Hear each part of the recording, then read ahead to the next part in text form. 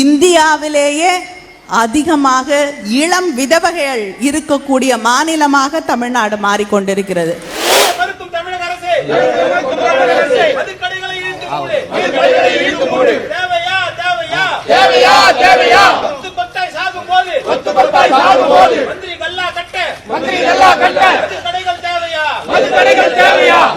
திமுகவோ ஆட்சிக்கு மீண்டும் வருவார்களே ஆனால் அவர்களால் நிச்சயமாக சாராய கடைகளை மூடவே முடியாது.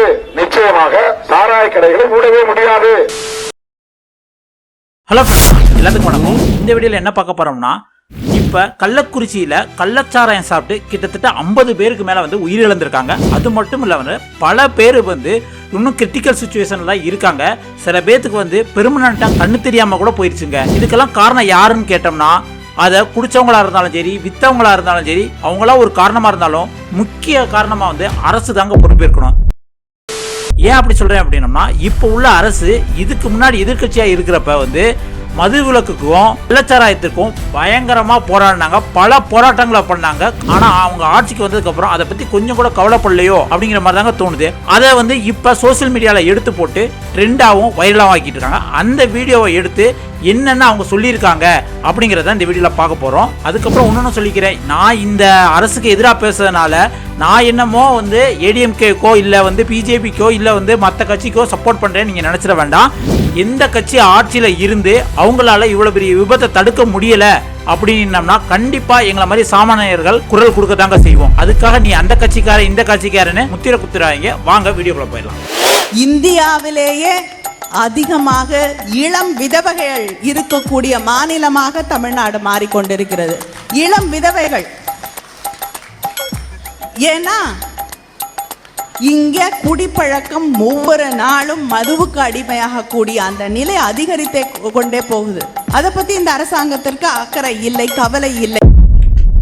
இவங்க யார் நம்மளுக்கு தெரியும், எம்பி கனிமொழி அவர்கள் போன ஆட்சியில் என்ன சொல்லியிருக்காங்க, இந்தியாவிலே தமிழ்நாட்டில் தான் அதிக விதவைகள் இருக்காங்க, அதுக்கு காரணம் வந்து மது தான், இந்த கள்ளச்சாராயம் தான் அப்படின்ட்டு வந்து போன ஆட்சியில் இவங்க எதிர்கட்சியாக இருக்கும்போது கடுமையாக தாக்குனாங்க. ஆனால் இப்போ வந்து அதுக்காக ஏதாவது ஸ்டெப் எடுத்திருக்காங்களா அப்படின்னு கேட்டாங்கன்னா ஒன்றுமே எடுத்த மாதிரி எனக்கு தெரியல. உங்களுக்கு ஏதாவது எடுத்த மாதிரி இருந்தால் கமெண்ட்ல சொல்லுங்க.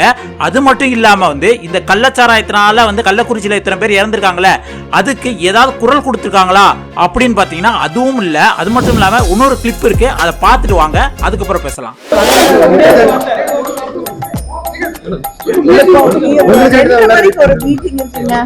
2 மணிக்கு ஒரு மீட்டிங் இருக்கு.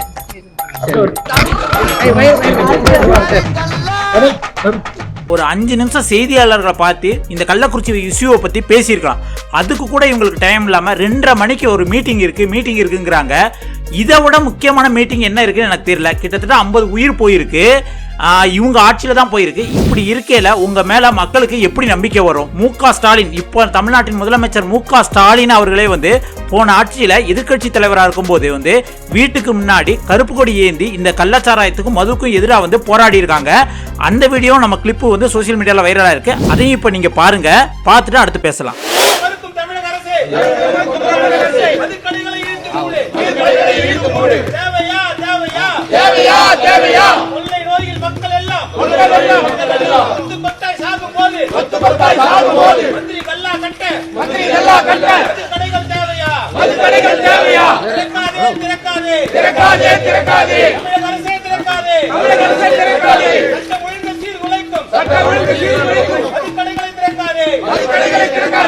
பாருங்க, குடும்பத்தோட தான் வீட்டில் வாசல்ல இருந்தே மு.க. ஸ்டாலின் அவர்களா இருந்தாலும் சரி, உதயநிதி ஸ்டாலினா இருந்தாலும் சரி, துர்கா ஸ்டாலினா இருந்தாலும் சரி, 3 பேருமே கருப்பு உடை அணிந்து வந்து அந்த போராட்டத்தை நடத்திருக்காங்க.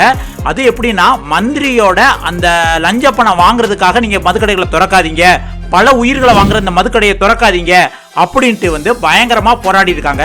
ஆனா இவங்க ஆட்சிக்கு வந்தவனே அதை பத்தியே எந்த மூச்சு பேச்சும் இல்லை.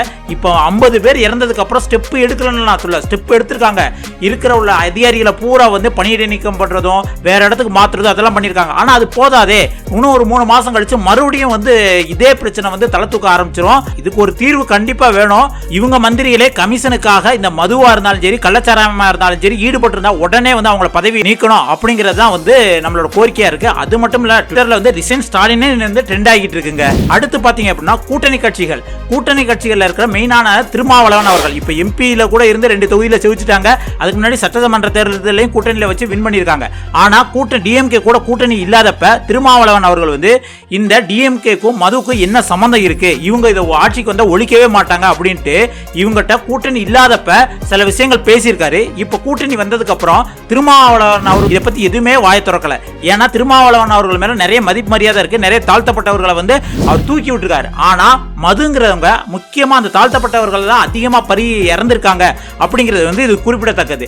ஆனா இப்ப அதை பத்தி வாயவே திறக்க முடியாது. இவர் கூட்டணி இல்லாதப்ப என்ன பேசினாரு அப்படிங்கறத கிளிப்பும் இப்ப சோசியல் மீடியால வைரல் ஆகிட்டு இருக்கு. அதையும் பார்த்துட்டு வரலாம்.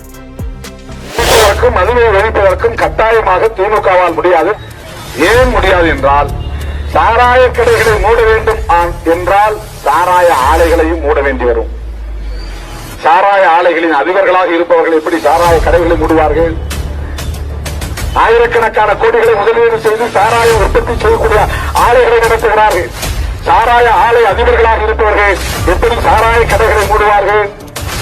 தமிழ்நாட்டில் இருக்கிற எல்லா சாராய கடைகளுக்கும் 70% சாராய பாட்டில்களை சப்ளை செய்வது அவர்கள் கம்பெனி தான்.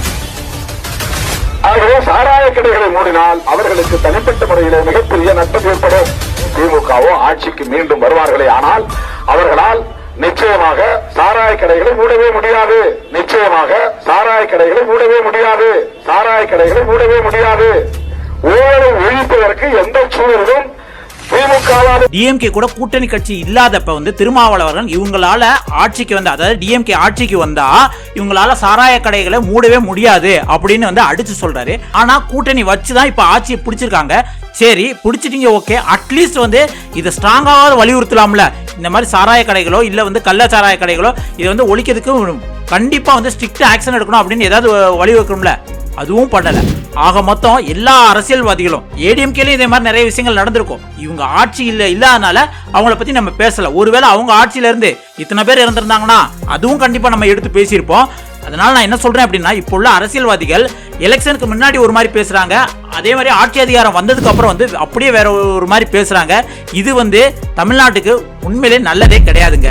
அடுத்து ஜெயலலிதா இருக்கையிலையும் சரி எடப்பாடி ஆட்சியிலையும் சரி வந்து கோவன் ஒருத்தரை பார்த்திருப்பீங்க, சிவப்பு துண்டு தேடிட்டு திருவா பாடினாரு, இந்த மதுவை வந்து ஒழிக்கணும், நாட்டுக்கே கேடு, நிறைய பேரை வந்து இது வந்து அழிக்குது அப்படின்னு பயங்கரமா பாடினாரு. இப்ப அவரை தேடி பார்த்தோம்னா எங்கேயுமே காணும். அவரு இதுக்கு முன்னாடி, அதாவது டிஎம்கே ஆட்சிக்கு முன்னாடி என்ன சொல்லியிருக்காரு அப்படிங்கிறதையும் பார்ப்போம். ஊருக்கு ஒரு சாராயம் தள்ளாடுது தமிழகம், இட்லி 1 ரூபா, கக்கூசு 5 ரூபா, பட்ட சோறு 5 ரூபா, பருப்பு விலை 100 ரூபா, பாட்டில் தண்ணி 10 ரூபா, படிக்க ஃபீஸ் லட்ச ரூபா, நீ வாழ வச்ச தெய்வம்னு கூவலன்னா கொன்னுருவா, படிக்க விடாம ஸ்கூல மூடுறான், குடிக்க ஒயின் சாப்ப கோயிலாண்ட துறக்குறான், மாசம் ஒரு நாதா மண்ணெண்ண ஊத்துறான், இந்த நாசமத்த கடைய மட்டும் மிட் நைட்டுல தான் சாத்துறான்.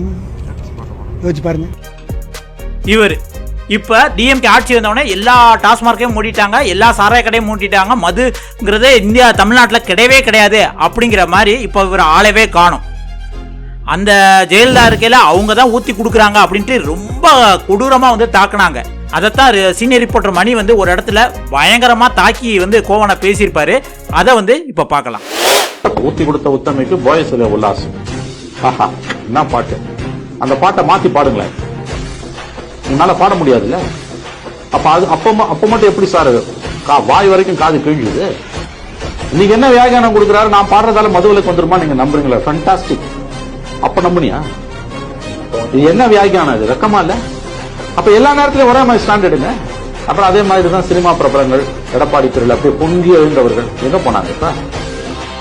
அப்ப ஒரு கண்ணுல சுண்ணாம்பு ஒரு கண்ணுல வெண்ணையை வச்சுட்டு தான் நீங்க இந்த நிகழ்ச்சிகளை வந்து இந்த சம்பவங்களை நீங்க அணுகுறீங்க. இவர் சொன்னது கரெக்டா தான் இருக்கு. சரியா? ஒரு கண்ணுல சுண்ணாம்பு ஒரு கண்ணுல வெண்ணெய் தான் வச்சிருக்கீங்க.